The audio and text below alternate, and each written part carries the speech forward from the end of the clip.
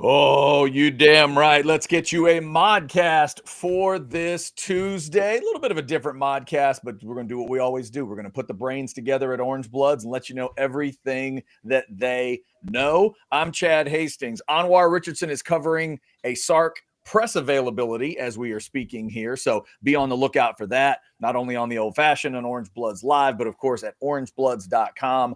Where all the great content is hanging out and waiting for you. Alex Dunlap is with us as normal. Jason Sukamel also dealing with a little bit of stuff today. He's got a family member at the dentist, and he's dealing with that. One of his daughters headed to the dentist today, so they needed to take care of that. So we got a couple extra mods to throw into you. Cody Carpentier is here. You see Alex and Cody, of course, on Football with Friends every day at 6.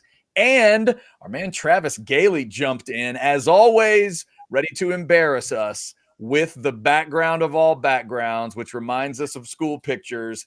And, of course, you're looking for that great content at orangebloods.com every week. Travis, how are you? I travel to JCPenney's every time I do this show just to look good. Dude, you give me flashbacks every time. Like when I'm at my wife's family's place, or I'm at, where I grew up, all those pictures with those kind of backgrounds, I just get the flashback every time I see you. Great to have you guys in. We're going to talk some Longhorn football and some other stuff. Also, let's shout out Daily and Black. We got a lot of great partners around here at Orange Bloods Live, and Daily and Black is the one that brings you the modcast each and every week. There's a QR code. Remember, it's DALY on the daily part of it. But if you need a lawyer that's on your side, that'll take care of you and knows how to do that, because who among us is like a lawyer? Who knows that? Not a lot of people know that stuff. Daily and Black knows it. They've been doing it a long time. Check them out. Thanks to Daily and Black. Like they say, they're all in all the time for you.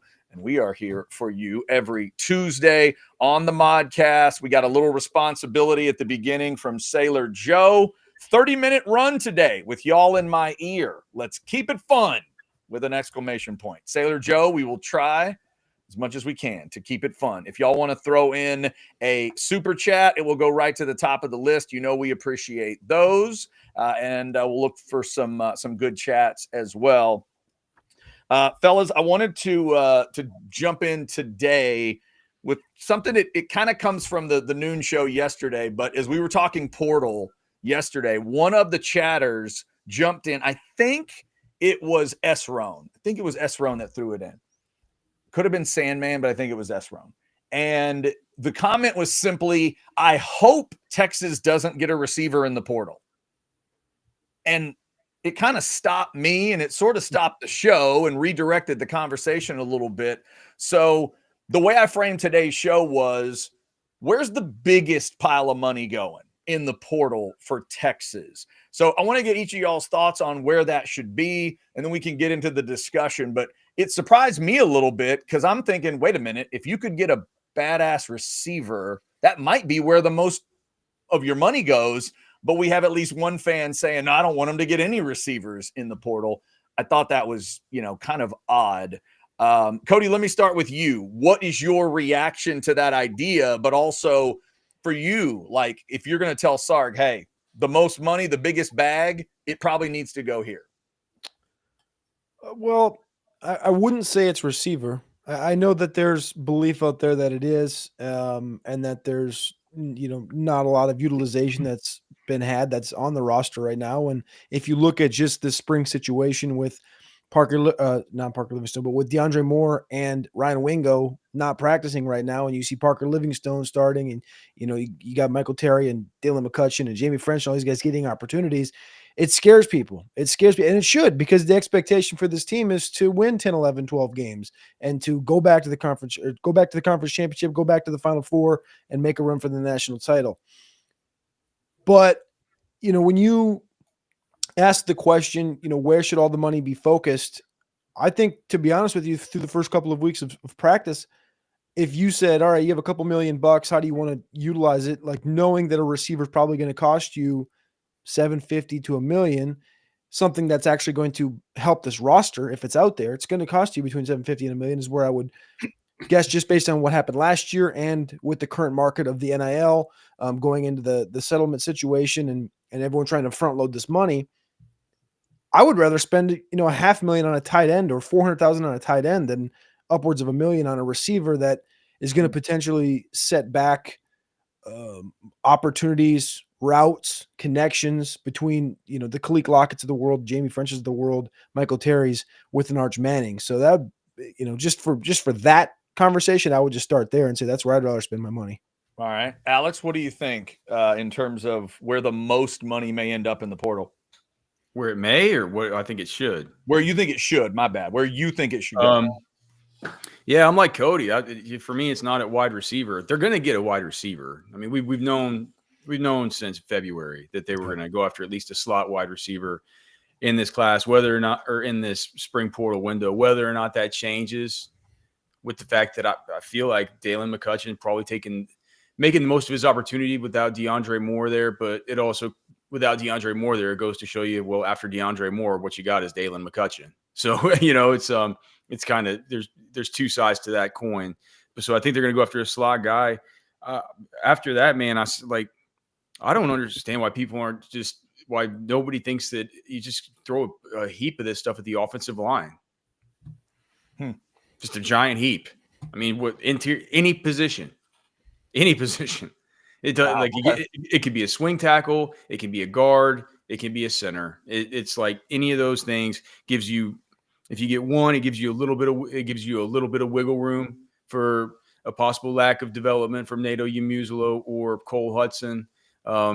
If you get two, it gives you possibly that if we're talking about a versatile guard piece / center, and then versatile tackle, that gives you just a whole lot of extra insurance and leeway for the Brandon Baker situation there. And not only that, it's like, Trevor Goosby's going to be awesome, right? But we're one snap away from seeing number 71 Nick Brooks having to play left tackle. And then that's if Andre Kojo's not a swing tackle. He could be at this point. But even that's we're talking Andre Kojo. He looks like he's better now, but that's a guy that's proven absolutely nothing thus far at Texas, and actually came in as a prospect that was very, very clunky. He looks a lot better now, and admittedly, when he got to Texas, he was 16 years old or something like that. Mm-hmm. Right, that's true. That's true. I think that, honestly, it's like, to me, it's like, find something on the team where you need extra players. And look, I think Texas has recruited great. I have all the faith in the world in Kyle Flood, but you just lost 4 of your 5 offensive linemen to the NFL draft. Yeah. How can that not be the first thing that everybody starts at? The group that's going to be defending this crown jewel that you have behind them. You have number 16 out there. Mm-hmm. Going out to play the SEC. It's like, what? To me, it's like so super obvious. All right, Travis, there's a few different ideas that aren't receiver. How do you see this? I knew when you went to Alex first that he was going to say exactly what I was going to say, which was the offensive line. And more specifically, if there's a center out there that has, as Ketchlex say, a bad mother effer on his wallet, I would go get a center. I don't know that Texas is strong enough up the middle right now on the offensive line to, I say this loosely, Texas is going to compete very well in the SEC, but I do see that as the biggest question mark heading into the season. And if there's somebody with it that is just an absolute stud at center, I would throw the kitchen sink at him. I did like Cody's suggestion of a tight end. We know Texas is interested in a tight end. They went after Max Clare, the Purdue transfer who ended up signing with Ohio State. And then, my man Cotton said it all when he said kicker. Just not the most money, Cotton. We can't have the most. Maybe not the most, but I will. It's gotta. They need help at kicker in the worst way. I mean, last year was really poor kicking, and it makes a difference. I mean, we like to pick on the poor kickers, but it makes a difference. If there's someone out there, please, for the love of God, Jeff Banks, go get him because he's needed. Yes. Or by the way, this could be a whole Texas State University, what was the unnecessary roughness situation? Maybe there's a she out there that can. Look, the Kathy Ireland type. Yes. It might work. We should sign Kathy Ireland in the portal. That's what I'm saying. Cotton, for the record, your comment did not send Alex away. He's dealing with a dog that's driving him crazy right now. So your kicker comment did not drive him away. And for the record, Sandman wants us all to know, I hope we get a badass wide receiver in the portal. I didn't say that nonsense. So it was not Sandman yesterday. I do think it was S-Rone yesterday. Tex Blonde jumped in. Tex Blonde, good to see you. We know you're real. I say tight end. That's Tex Blonde kind of agreeing with what Cody said earlier. And then we got one of my favorites, David Keith, jumping in with all the logic after getting 4 top 5 recruiting classes, one being the overall #1 recruiting class in the nation. I would like to think Texas does not need transfers from the portal.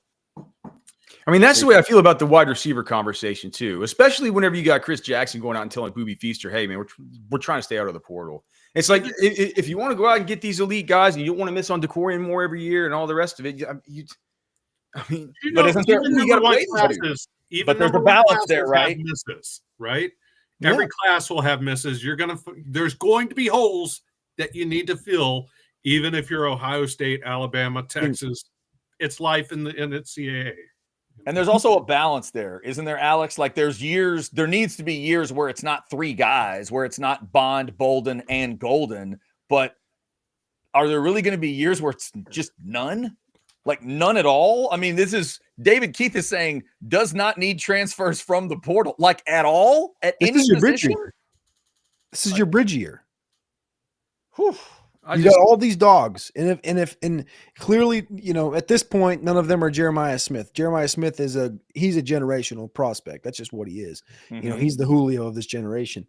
And to Wishcast, that's wrong. I get they're all 5 stars, but this is your bridge where you really, the idea that you can go get one guy. And I don't even know if, slot sounds right because all these other guys can play outside and stuff, but just one guy. And if he's versatile and he can play, kind of like Bond, I think he was a 41% slot guy at Alabama. He can do it, but he can also play on the outside. You get one guy. I think that's enough for you to bridge into next year. And then I think what David Keith Williams says, like you shouldn't have to, in theory, touch receiver in the portal ever again, as long as Sark or Chris Jackson are here. Y'all let us know what you think. Sark loves them some receivers. Yeah, there's no doubt about that. Y'all let us know what you think in the chat. If you want to throw us a super chat, it'll go right to the top of the list. Speaking of, up over 300 of you already in that Specs chat. Speaking of Specs, there's an anniversary to talk about. Pay attention. Have you heard the news? Specs is turning 63, and we're celebrating you. Whether you're looking for whiskey, canned cocktails, or wine, Specs has it all with Texas-sized savings all month long. Specs. Cheers to save.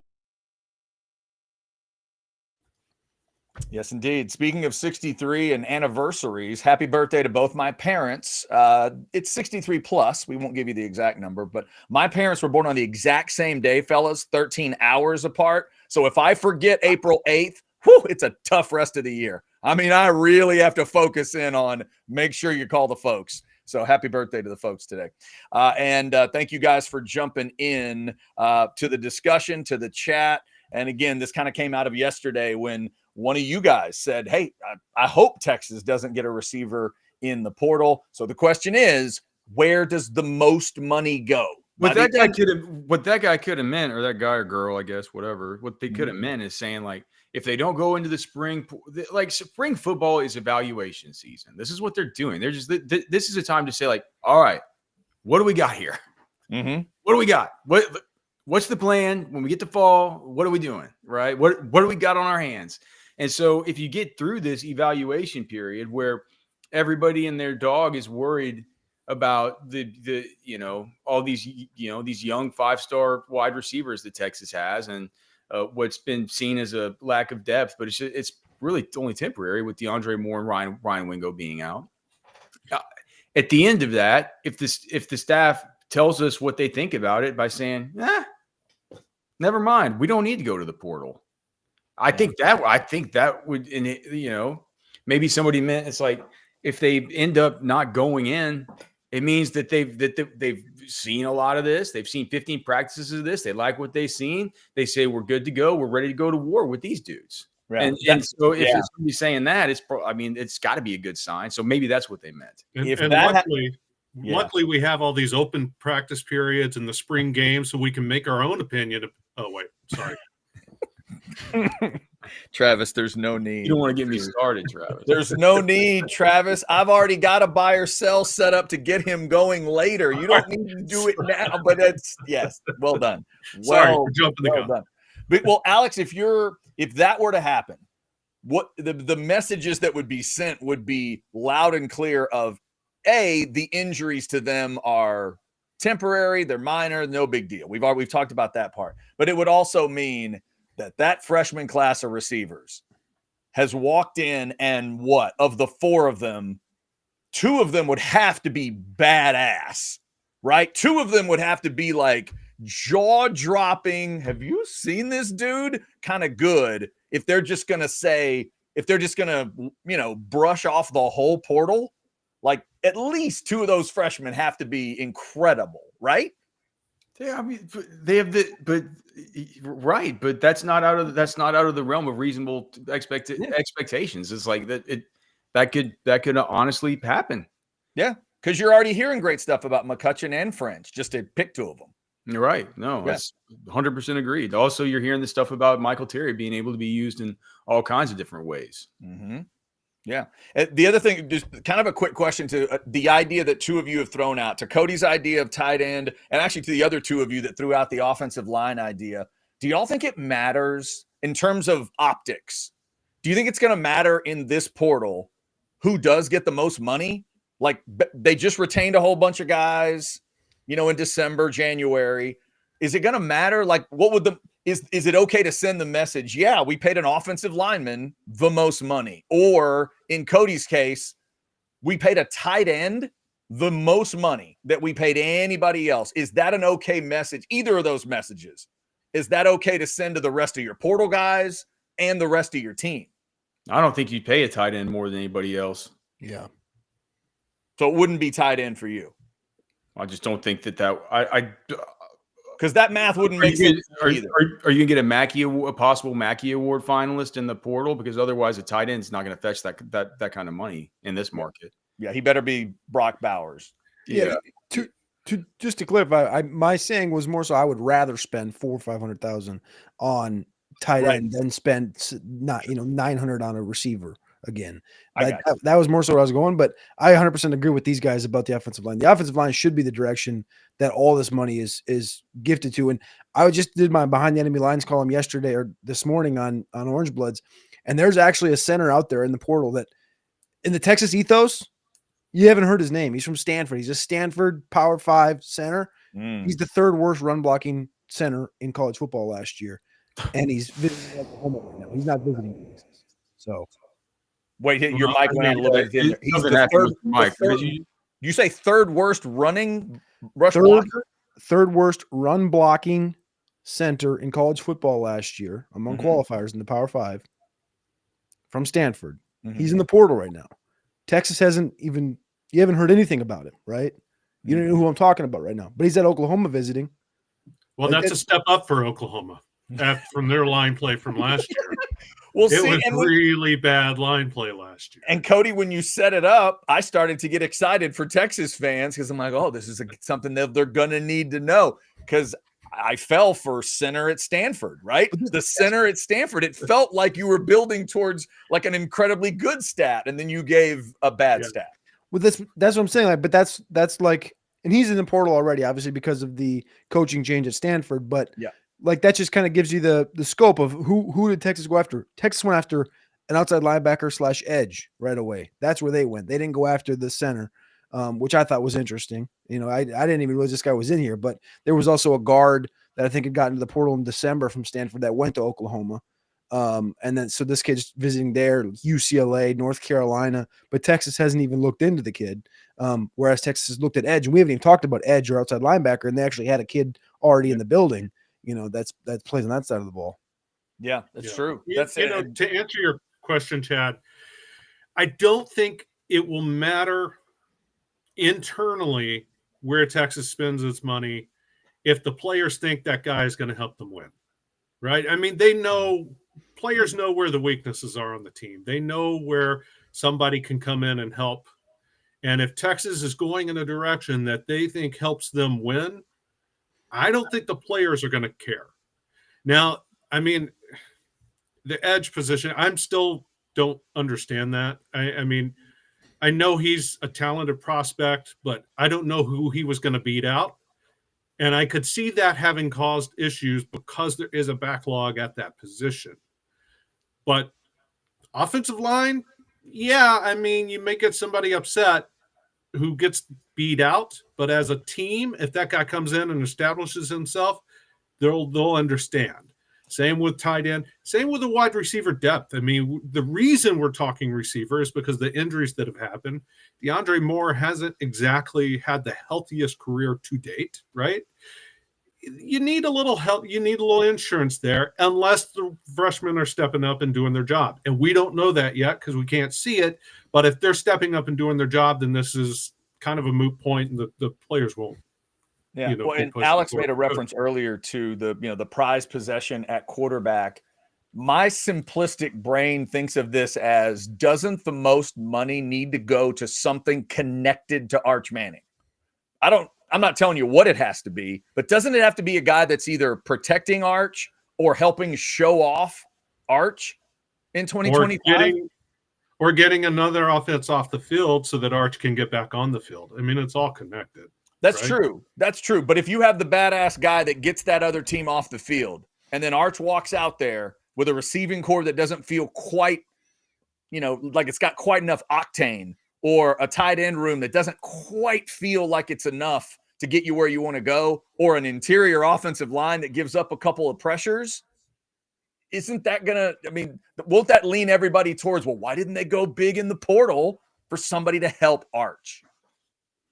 Maybe it's too simplistic to look at it that way, but when I look at 2025, I start with number 16 and I work my way out. Well, if you're starting with him, it's like I don't know how many times I can say it. I don't know how many times I can say it. You got to protect him. He's going to be fine. He's really good. These wide receivers that they have are good. There's just this disconnect with people saying, like, I'm super worried about DeAndre Moore and Parker Livingstone and some freshmen like Jamie French. I hate to, like, these are good players. Are they experienced players? No, they're not experienced players. But then again, what are you going to do? Chad, you and I have had this conversation a million times. You're going to go to Minnesota and try and find some wide receiver that went for 700 yards and 5 touchdowns, and he's experienced as can be, but he's nowhere near as gifted as these guys. And he comes in, and what does that experience even bring to Texas anyway? I thought they're trying to build their own culture and stuff. I don't know. It seems like it would have to be a real special kind of player to come into the spring transfer portal window, and I'm not even sure how I see it happening unless there's something going on behind the scenes between agents and different people that work around Texas, or hey, if so-and-so got into the portal, you know what I mean? Like it's just for everything to come together for just the right guy.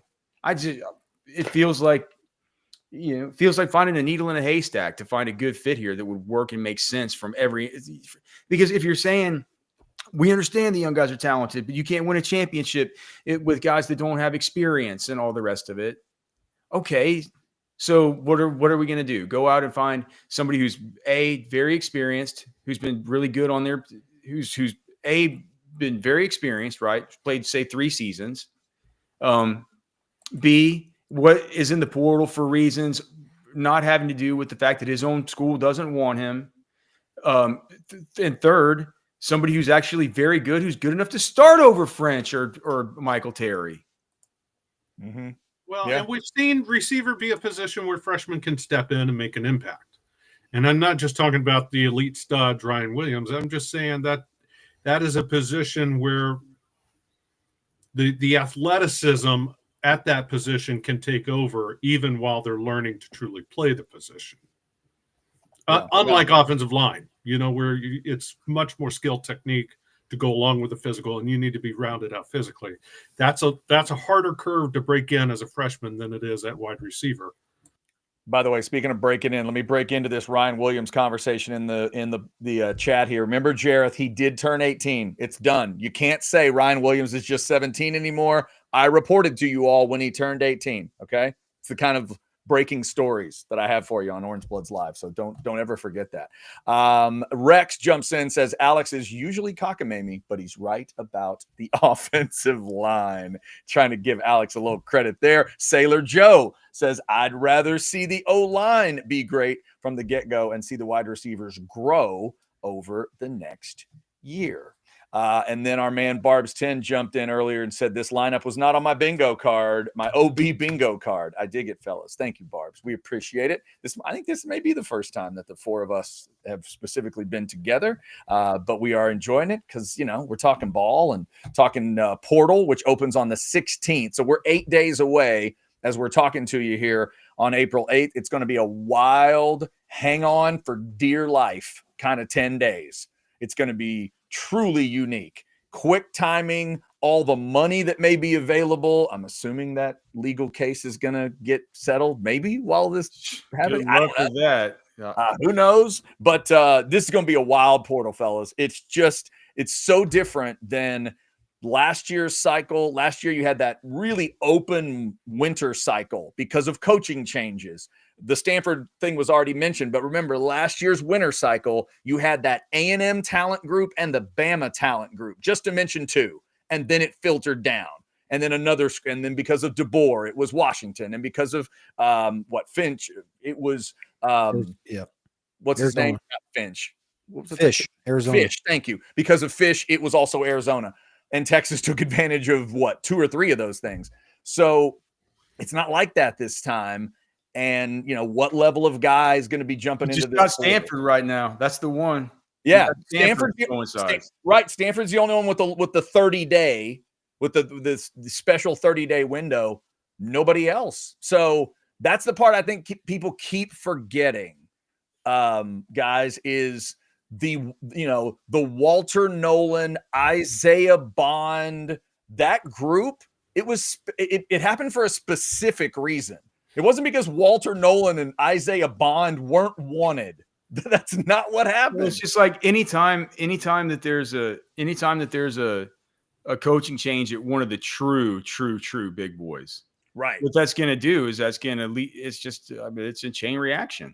Yeah. And in that case, because then one of the kind of not so big boys, but a place where there's going to be good starters there, that's going to open up with the next one when that guy moves in to take the big boy job. And then for the big boy job, you got some kind of mid-major opening up. And, it's like it goes up and down. And then from there, you also have the fact of if it's during the actual portal window, you have the fact of, all right, well, now we have the musical chairs going on with the position coaches. So this wide receiver coach goes to join Kalen DeBoer in this thing. And so now he's no longer wide receiver coach at Oregon, and so some Oregon commit says, or some kid that was in Oregon didn't play last year, doesn't want to play with, he wants to check the waters because he just lost his wide receiver coach. A million different, it's the butterfly flaps its wings, and whatever.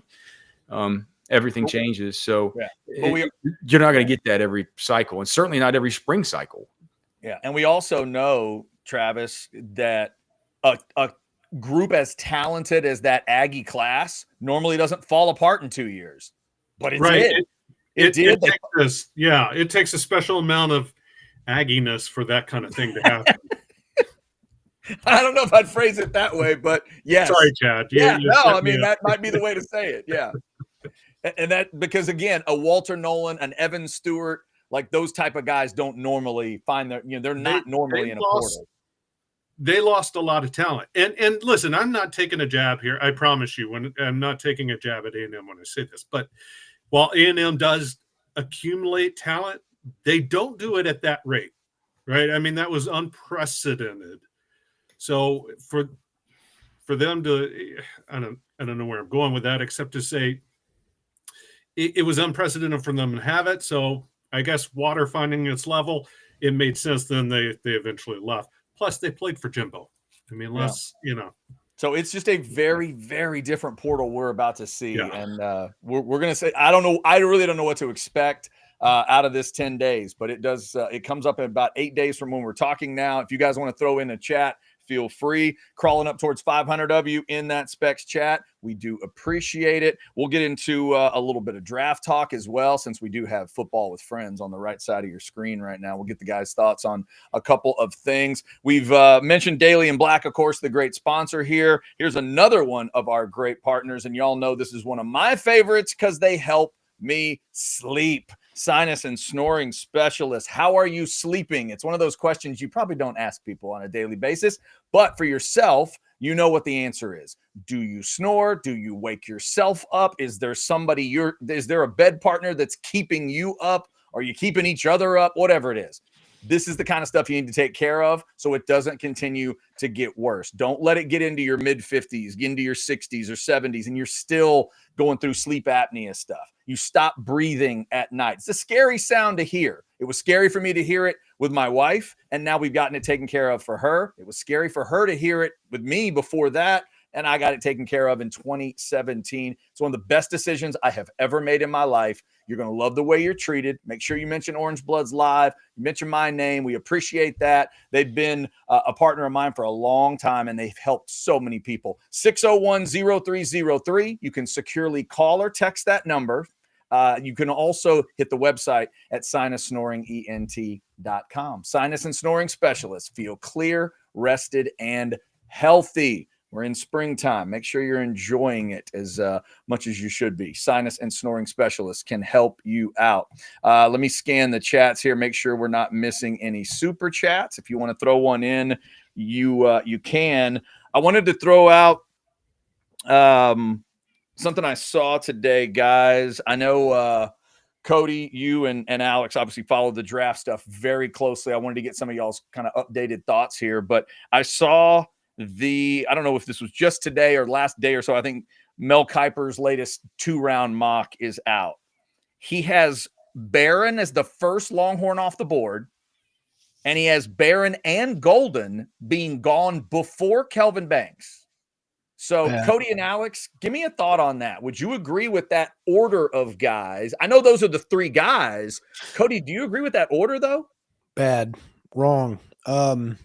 I'll start with this, the easiest way to explain this, and Alex coined this a long time ago, and it's the best way to explain the pre-draft process, in that I think all Texas fans know that basically for the last, year and a half, Kelvin Banks' name has been in the forefront of draft conversations in the top 10 because he's such a marvelous tackle, right? He started day one at Texas, coming in late, played against Will Anderson. Everybody knows the whole story of Kelvin Banks.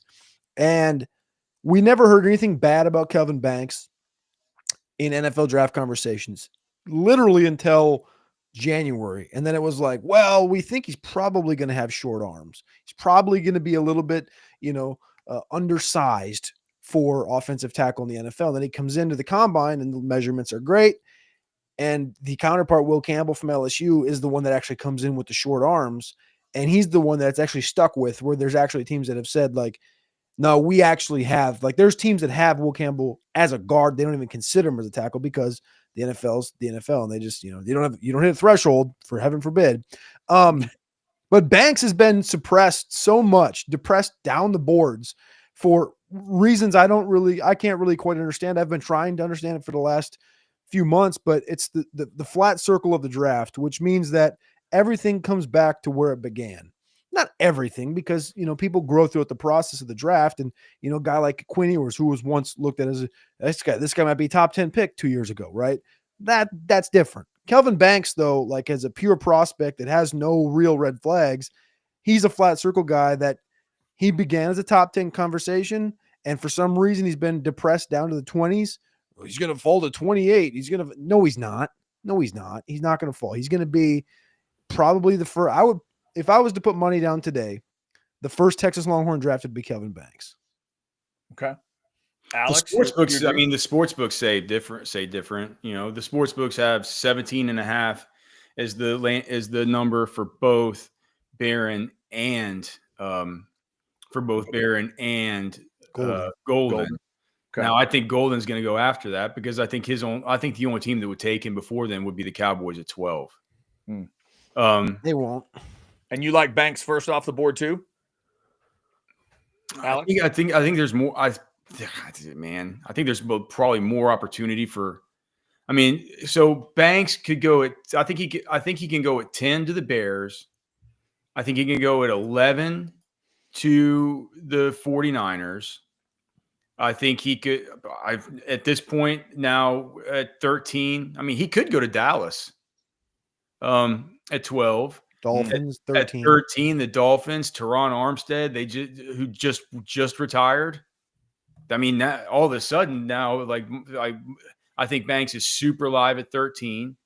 I don't know about Indy, but it seems like Indy is just so in on one of these tight ends, either Tyler Warren or Colston Loveland. But they just lost.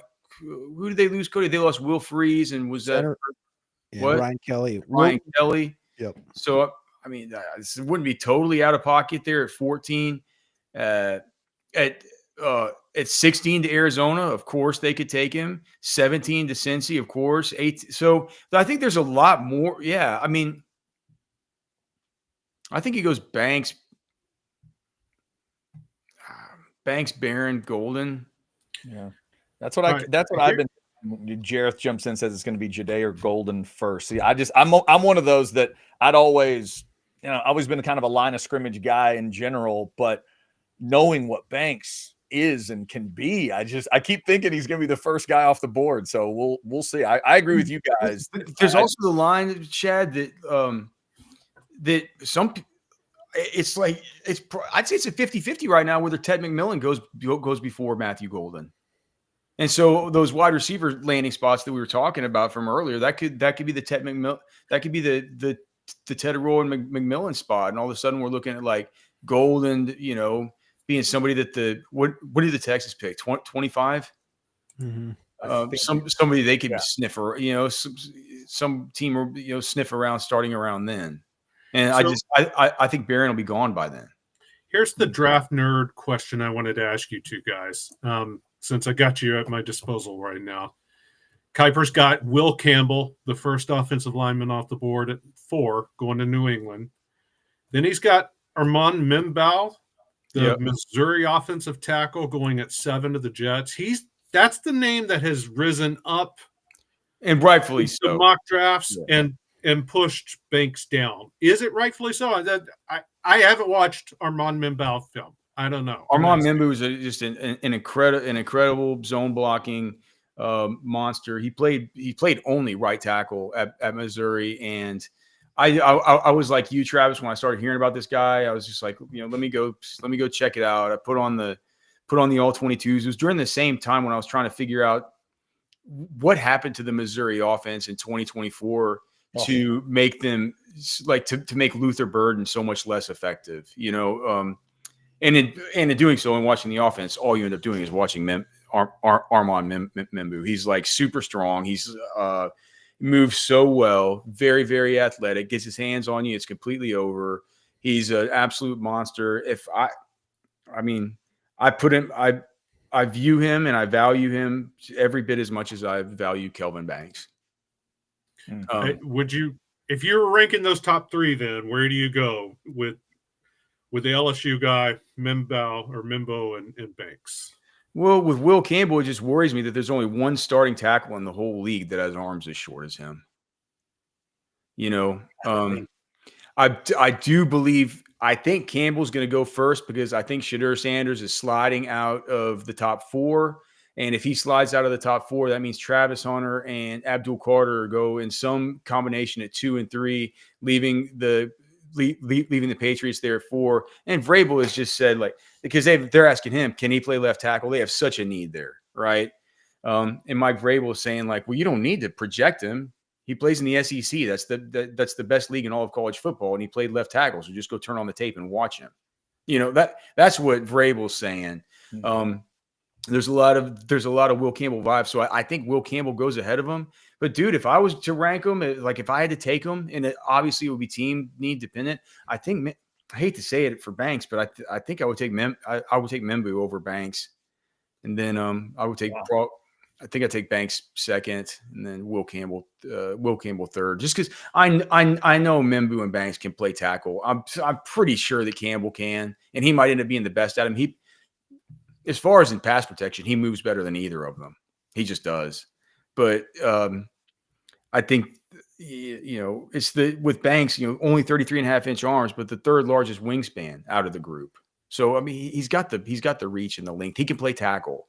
There's about 20 former number 1 draft pick defensive ends that he's faced in his 4-year career that, he just shut down throughout his career. There is some good quality tape to look at. If you want to know who are you blocking, there is a lot of that for him. You're right. If you guys want to jump in the chat, we're walking up towards 600 of you in there. Thank you for that. Talking a little draft here in this part of the show. We started talking about portal stuff. When Alex Dunlap is not breaking down the draft, he might be at Hijack Poker. So you may want to go check him out there. Hijackpoker.com. You put that app on any device you want. You can deposit and cash out at one of those locations. A lot of other easy ways to deposit as well. Jeff Ketchum may be there. And again, Alex Dunlap every once in a while. Alex, do you have a special name that you use at hijackpoker.com that people would know? Do you guys go as Joey Freshwater, or what do you do? No, it's the same as everything that I do in gambling. It's just Hype Machine. Hype Machine. Okay. Yeah. All right. There you go. Look for the Hype Machine at hijackpoker.com. There you have it. They got stuff going on all the time. Thanks to them for their great partnership. So guys, in terms of, I feel like I need to ask this. I know it came up on our chat today, but it's one that's got me fascinated. Alex, you just mentioned the possible slip of Shedeur Sanders a little bit down that first round. Quinn Ewers, I'm assuming it's on one hand. But what number quarterback do you think Quinn Ewers is? Hold up your numbers. What number in the draft? Wow, 7-6. I think he'll be taken. I think he'll be the 6th quarterback taken. Cody says 8th. Oh That's my God! Rank. Okay. That's my rank. That's not where I think he's going to go. Oh, okay. You're talking about my rankings of the guys. I'm sorry.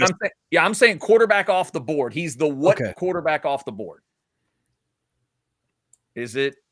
I think he's probably 6. Wow. Okay, so it's who is your extra one, Travis? Besides, I'm pulling up the quarterback list right now. It's gonna be Cam Ward, Shedeur Sanders, right, Jackson Dart, Jalen Milroe, Tyler Shuck, and then I think it could be Kyle McCord or Dylan Gabriel even. No, it will not be Gabriel. He's too small, Travis. Will Howard is on that list. Yeah, I mean.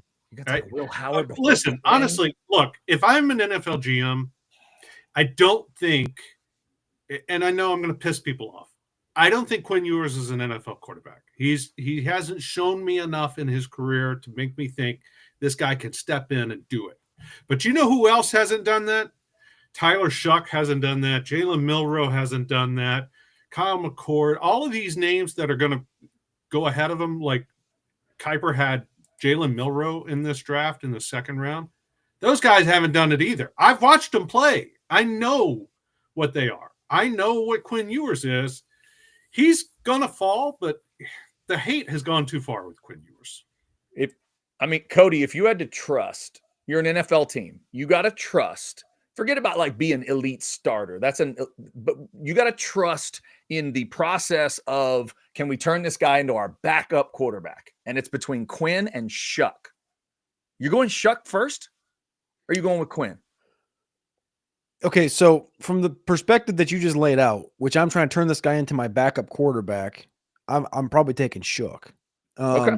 If I'm trying to put somebody behind Matthew Stafford for a year or two, it's Quinn Ewers. If I'm trying to mold somebody into being a career Jimmy Garoppolo, it's going to be Shuck. Interesting. Okay. So I guess it does kind of depend on what the team plan might be. And then since Travis just mentioned Milroe, is it anything other than, obviously the 40 looked really nice that was his pro day, right? Or maybe combine and pro day, right? He ran really well. I think he ran it. Did he run it to the combine? Pro day. So no combine. It was pro day, right? He ran it pro day, and that looked really good. Outside of that, is there something else that's got him notching up? Because I definitely feel that uptick. Is there anything other than that running that did it? The fact that the draft's a flat circle. Okay. Yep. Yeah. He's got the one trait.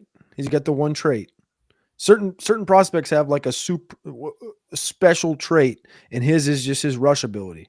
Right. Is that when he He's takes got a off big in the arm right too. moment. He's got a big arm. He's got a big arm, and he got a big kills a arm. lot of worms with it. Yeah. but that's the thing too. Like, I think sometimes we forget that a lot of these, I don't think any of them are going to be listening, but a lot of these coaches in the NFL really believe that they can create something out of. There's a little bit there. It's a projection. And I love that. I love projection at quarterback. I've loved all these guys with the big arms and stuff, but I can make this guy something. It's like, no, you can't always make everything into something, right? Sometimes if it's a turd, if it looks like a turd and it smells like a turd, it's a turd, right? They all think they can. They think they can coach him up. That's the thing. I think that's part of the allure with Jalen Milrose. They go, well, look what happened with Lamar. And then you turn and you go, yeah, but you forgot what happened with like Anthony Richardson. Or what we think's going to happen with A-Rich, right? I'm not ready to be out on the guy. Ship has sailed in Indianapolis. I was out on Richardson pre-draft. He's, but what's so appealing? Like, but it's the thing. It's like, dude, here's the thing. If Anthony Richardson wasn't looking like such a bust right now, right? I think that it would impact Milrose stock. If they would have properly handled him in Indianapolis. Yeah. There's no properly. Anthony Richardson had 10 starts. I mean, and an injury history, and this was a bust from day one. There's no amount of proper handling that was going to make Anthony Richardson successful in the NFL. They got hurt twice. They could. He busted. Yeah, he got hurt. Exactly. And then he hurt his shoulder. Exactly. His collarbone. Which, by the way, is for a year. By the way, the hurt is the biggest knock on Quinn Ewers. Can Quinn Ewers be an NFL quarterback? Absolutely. But he hasn't made it through a full season in college yet. And that, to me, is the only reason I would be leery of drafting Quinn Ewers. I don't love his pocket movement either, but he can do it, but he's got to be on the field. Same with Anthony Richardson. It's for this discussion. It's the fact that he has a terrible deep ball, and he doesn't move, and he doesn't manipulate the pocket at all. His pocket movement is almost as bad as Sam Ehlinger's was, almost. Okay, so this Quinn discussion here and the Steelers, is this, Alex, where you think Jackson Dart ends up? That Steelers about 21st. Is that where he's going to go? We have a super chat. He could.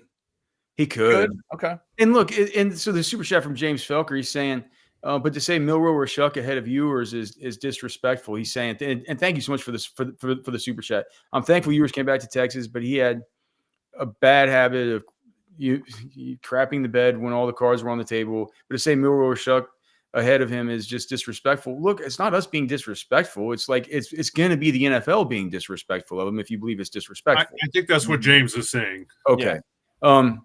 Yeah. And thank you for the super chat, James. But I think you just said a whole lot of stuff about how you didn't like Quinn Ewers and then say it's disrespectful. These guys are going to go ahead of him. He crapped the bed when the cards were on the table, but don't disrespect him. Whatever you do. Do not disrespect that guy. That's because he's ours. It is. He may be our crappy quarterback, but he's ours. Hey, it is one of those things that, I mean, Alex and Cody know it better than anybody, following the transition of college to pro. Like there are guys that are your guys and you love them and you just believe that it can happen. And then you watch them get put into that grinder of that the NFL presents and you realize, oh, so he's just my guy.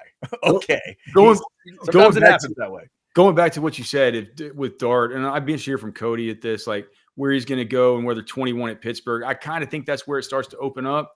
But then again, I also thought last year, or that was around the area that things were going to start opening up for like I guess with JJ McCarthy, we sort of knew coming into that night that wasn't going to be the case. But I certainly thought, that's kind of the Bo Nix. I kind of see him going in the same area. I'm not sure if you feel the same way, Cody. I think that the way that they could just break the NFL would be if Pittsburgh somehow they get the Aaron Rodgers thing done, and then they just go ahead and draft Milroe. I think probably around then though, Dart's going to go somewhere in there, and then I certainly think if Cody, do you think the Rams would take Dart 26? I think they're a sleeper. I'll say that. My last mock, I put I had the Steelers actually going up to 11 with San Fran to get Dart. Wow. I think in reality it's going to become more clear the next 2 weeks, obviously, but I think McAfee has this like night out in Pittsburgh tomorrow night, Wednesday night, April 9th. And I think that Rodgers will make an appearance on there, and I think he'll announce it that he's going to be a Steeler. That's my prediction. All right. Okay. That would make sense. And I wonder what that does to the Steelers, the overarching thought about the Steelers, because they're sitting in a spot where both Golden and Jade Barron, who we've talked about already on the show, are going to be potentially available in that area at 21. And if you're going to move up a couple spots to get somebody, like they could use, not Golden anymore because they have Pickens and Metcalf, but a Barron for sure.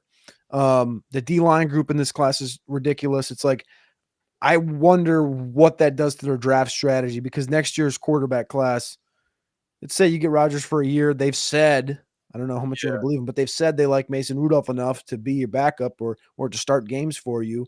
I wonder if they don't kick the can down the road to next year for quarterback again. If you think one of these guys is worthy of a first round pick as a Pittsburgh, if you're the Pittsburgh Steelers and you think that quarterback Jackson Dart is there and he's available, you frickin' take him whether you sign Rodgers or not, because Rodgers is a rental at best. Yeah, but there's no one I don't think there's anybody that thinks that it's especially the Steelers who've been burned by this. The Steelers are it must stink being Jason and being a Pittsburgh Steelers fan, because you don't ever get to have fun at the draft, because you always make the playoffs and your team's not talented enough and you lose in the first round. And so you're always picking like 20, 21, and you like they have it right on front of mine. We just got done reaching for Kenny Pickett. And this whole Jackson Dart thing feels like Kenny Pickett to me. You know what I mean? Like, so I don't think they're going to do that. Like Cody said, next year, look, you're going to have, and who knows, we still have to see a lot more from Nussmeier, but you'll have Nussmeier in that class. You're going to have Lenoris Sellers in that class. You're going to have Cade Klubnik in that class. You're going to have a possibility of Nico Yamalava in that class. There's Aller. Drew Aller in that class. And like I was telling Cody the other day on our roster watch show, I'm like, who knows if there's going to be some kind of Joe Burrow who, what if John Mateer is like super awesome with Ben Arbuckle at Oklahoma? There's so many opportunities. What if Carson Beck finally pulls it all together? Right? There's so much. Arch Manning could be in that class. I don't think Arch is going to. I'm kidding. I'm kidding. Yeah. Come on, Travis. Don't do Arch, that. dude, the Arch DJ Lagway class the next year is going to be just fire. And that's also going to be the Wingo, Ryan Williams, Jeremiah Smith. Like, it's going to be great quarterbacks, great wide receivers in that. Colin Simmons will be in that one. Dude, he might get swindled out of being a top 5 pick with that whole class. Yeah, dude. So, by the way, a super chat rolled in here while we were talking from Barb's 10. Thank you, Barb's. $5 super chat. What the shuck? He's already been a journeyman in college. That's your guy? I get tough love, but the Quinn hate is real. He's not necessarily my guy, but he is he's certainly Todd McShay's guy. He's really not surprised. He's and if you're around this quarterback class, you just kind of stand around him and you're kind of like, Shuck looks he's big, he's tall, big strapping dude. He's got a pretty good hose on him. And whenever he finally was able to stay healthy, and yes, he's had injury after injury after injury everywhere he's been. I forgot even where he's always been. Has he been at Oregon? Oregon to Texas Tech to Louisville, and then Louisville. Okay, yeah. And so did he get beat out at Tech? No, he was injured for his final 2 seasons. Yeah, he was banged up, and they had a lot of injuries at quarterback those couple of years. He was with Herbert at Oregon. What people are saying is that what the narrative is is that once he got with the was that the Braun brothers? I always get it mixed up. Yeah. Yep. Once he got with them at Louisville, they were able to unlock him. And look, I wasn't like super impressed with this guy at the Senior Bowl. It felt like a toss up between him and Jackson Dart, though. Okay. That's the point. Yeah, that is wild. Yeah, Barb's 10. I don't know that it could be described as hate. It's just they're looking at these guys, and Chuck has been moving up. So keep an eye on it. Quinn Ewers somewhere in maybe it's 4, 5, 6th quarterback off the board at this point. We will keep our eyes peeled for that. Thank you guys for jumping in the chat with us today. The Modcast with a little different look. Thanks to Cody and Travis for jumping in. Again, Anwar was dealing with a Sark media availability today, and Jason was dealing with one of his kids that needed to go to the dentist in a little bit of an emergency situation. Everybody's good, but just got to take care of that today. So that's why Cody and Travis jumped in. We appreciate them for that. I had one thing for Alex before we wrap up, but before we do that, let's talk about some good drinking out at the Deep Eddy Vodka tasting room. Before I show you the normal picture, how about this updated picture? This is on the website right now. This is the Pina Colada with ingredients and the how to make instructions. This is the kind of stuff you can find on the Deep Eddy Vodka website. Pineapple is out there, in case you don't know, the 9th Deep Eddy flavor. So if you go out and have a tasting, which I haven't done since they added pineapple, but I'm assuming now you get to taste 9 instead of just 8. But it's incredible. I've now purchased my 2nd bottle of the pineapple. If you want to do the same, here's your ingredients list, and you can check those out. I'm also guessing that if you head out to the Deep Eddy Vodka tasting room, they've got a rocks version for me and all of you of that as well. Here are some of the other cocktails that I've been able to sample over the last year or so. Thursdays through Sundays. We're sitting here on a Tuesday, so make your plans for later this week. Check that weather. We're getting some great spring weather right now. Got indoor and outdoor seating. They've got the Crimson Creek Smokehouse barbecue truck right there on site with some great barbecue. There's your QR code if you want to find out more. Get on out there. If you need to buy a bottle of Deep Eddy vodka, you can do that on the way out. They've got gear, T-shirts, whatever it is. My wife got a T-shirt last time we were out there, and the drinks are just so good. Make sure you do it responsibly, but tell them we said hello at the Deep Eddy Vodka tasting room. All right, not to create any kind of static at all, but I just want the reaction. I have one and only one buy or sell today on the Modcast, and it's for only one of you. It's only for Alex. Alex, since you started covering UT, you can't remember a season where you only got to watch part of one practice. Buy or sell? Buy. Is that really where we're headed here? Like, there's been one practice where you guys got a peek. You don't ever remember that happening the whole time you've been covering Texas? Nope. Not even under the worst times of Mac Brown. I mean, Sark has been worse than the worst times of Mac Brown, and it's fine. He's winning football games. It's like, it's whatever. Yeah. He runs the program like he wants to run the program. But it's like, I think it's whatever. It certainly makes it difficult on us. And it also, I mean, for him, I would think that they don't need to give us access to, I don't even care if it's team drills. I don't care about any of that stuff, man. If we can just go out there and say like, oh, so-and-so looks good. So-and-so looked like he was fast. We have better information to pass on to people. It keeps, it helps create more quality content where we're not relying on stuff from sources that could be lies and things that are getting out about players on the team. It's like they're forcing us to do this stuff and report this stuff that, you hear it from one source. They always say in reporting, you need to have a couple soursis, all this stuff. Travis probably knows better than me because he actually does actual journalism. But it's like you've hamstrung us. We got 10,000 maniacal frothing fans that want to hear everything that they possibly can about the football team. And you're just like, if the only way I'm going to be able to get it is to be able to call up this person who happens to be around practice and who I can't really depend is going to give me the 100% honest, straight truth. Maybe they have some kind of bias, something they're going to be like, it's what I got to go with. And that's not my fault. So yeah. I'm not one of these people that say that, in many aspects of life, I hate the media. I think the media does a bad job, and they stink, and they lie and lie and lie. As me, since I work in the sports media, I mean, obviously I'm biased here.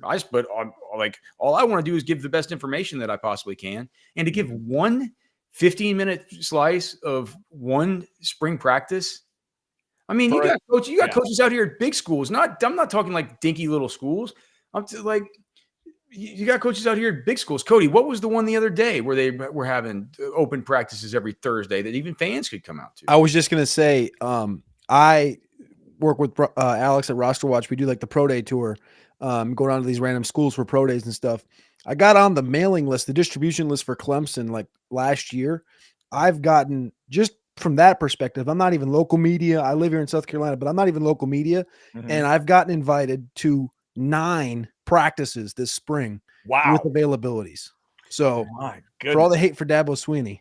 Well, and we're talking about the team quarterback. Back-to-back semifinals, team quarterback by Arch Manning. That it surprises me on that level. I really don't want people just to get some B-roll out there, just to have Arch kind of throwing a dot to somebody, and the media will get.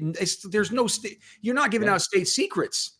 Right. And out there, let the Twitters be full of Arch Manning throwing the football to these hot young wide receivers, and then get the media out before you do anything important. It's like so stupid. It's like, it's kind of impressive though, how they've suppressed it. Well, and that's the other thing, Cody. I'm glad you said that word. Suppression's an interesting word. The two things I think that are maybe playing together here are wanting to control the Arch monster as long as you can possibly control it. Because once he plays in Columbus, you no longer control that narrative. You don't control the train. But the other part might be these receiver injuries, because these two guys got a little banged up, and then the tight end got a little banged up. Deep down, do you want the footage of what would probably be Arch may throw some great passes, and there might be a couple of drops, and do you feel like that'll footage get out there? He looks great. Not incompletions and negativity though. Incompletions and negativity is what you can't control. Right. Except maybe that helps attract a bad mofo wide receiver in the portal.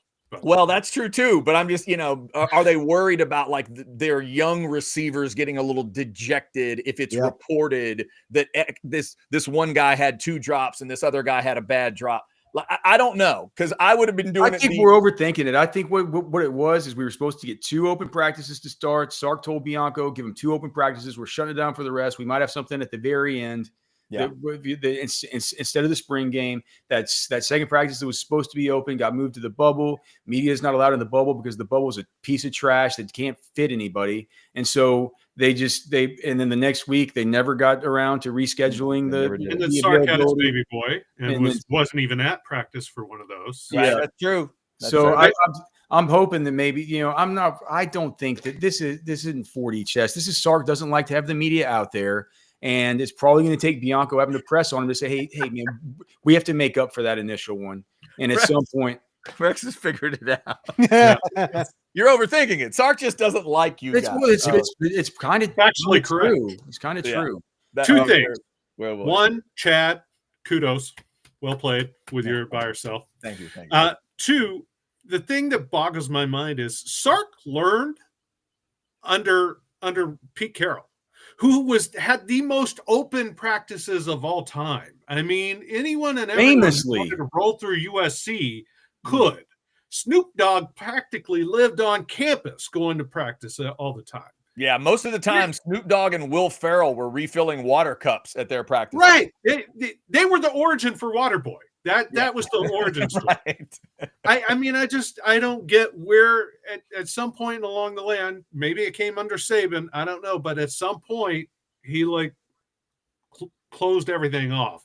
And I don't know. Maybe Rex St. Charles is correct. Maybe he just doesn't like us. Maybe he just doesn't like us. All right. Well, we like a likable guy. We like the fact that y'all were here today for a modcast. We appreciate you. Anything else we need to hit today, fellas? Anybody got something to get off their chest before we wrap up? I think we said it all. I do like me some fruity cocktails, so I may have to try the Deep Betty Pina Colada. Oh, man, Deep Eddy pineapple is excellent, Travis. Give it a shot. Let me know what you think. All right. Thank you guys for jumping in. Thank you for liking, subscribing, getting your notifications. Remember, if you didn't like it on the way out, go ahead and like it if you didn't like it on the way in, go ahead and like it on the way out when you're done watching the show. We appreciate you. Football with Friends, the right side of your screen here. They're going to be on at 6 this evening with even more football content. The old-fashioned tomorrow, speaking of drinking, old-fashioned at 9 a.m. Sometimes it's just the show's name. Sometimes Anwar's drinking. You never know. 9 o'clock tomorrow morning. And then tomorrow at 10, Jason, Sukamel, and myself with the recruiting hour. Jason will get you the very latest on big visitors that have been in. More big visitors coming in this weekend for Texas. I'm sure there'll be a Felix Ojo update in there. There's also one of those at Orange Bloods Live because they hit that this morning on Old Fashioned. Go check it out. A lot of great content for you. We appreciate all of you. Thank you for jumping in. We'll be back next Tuesday at noon with another Modcast. Until then, y'all take care. This is Orange Bloods Live.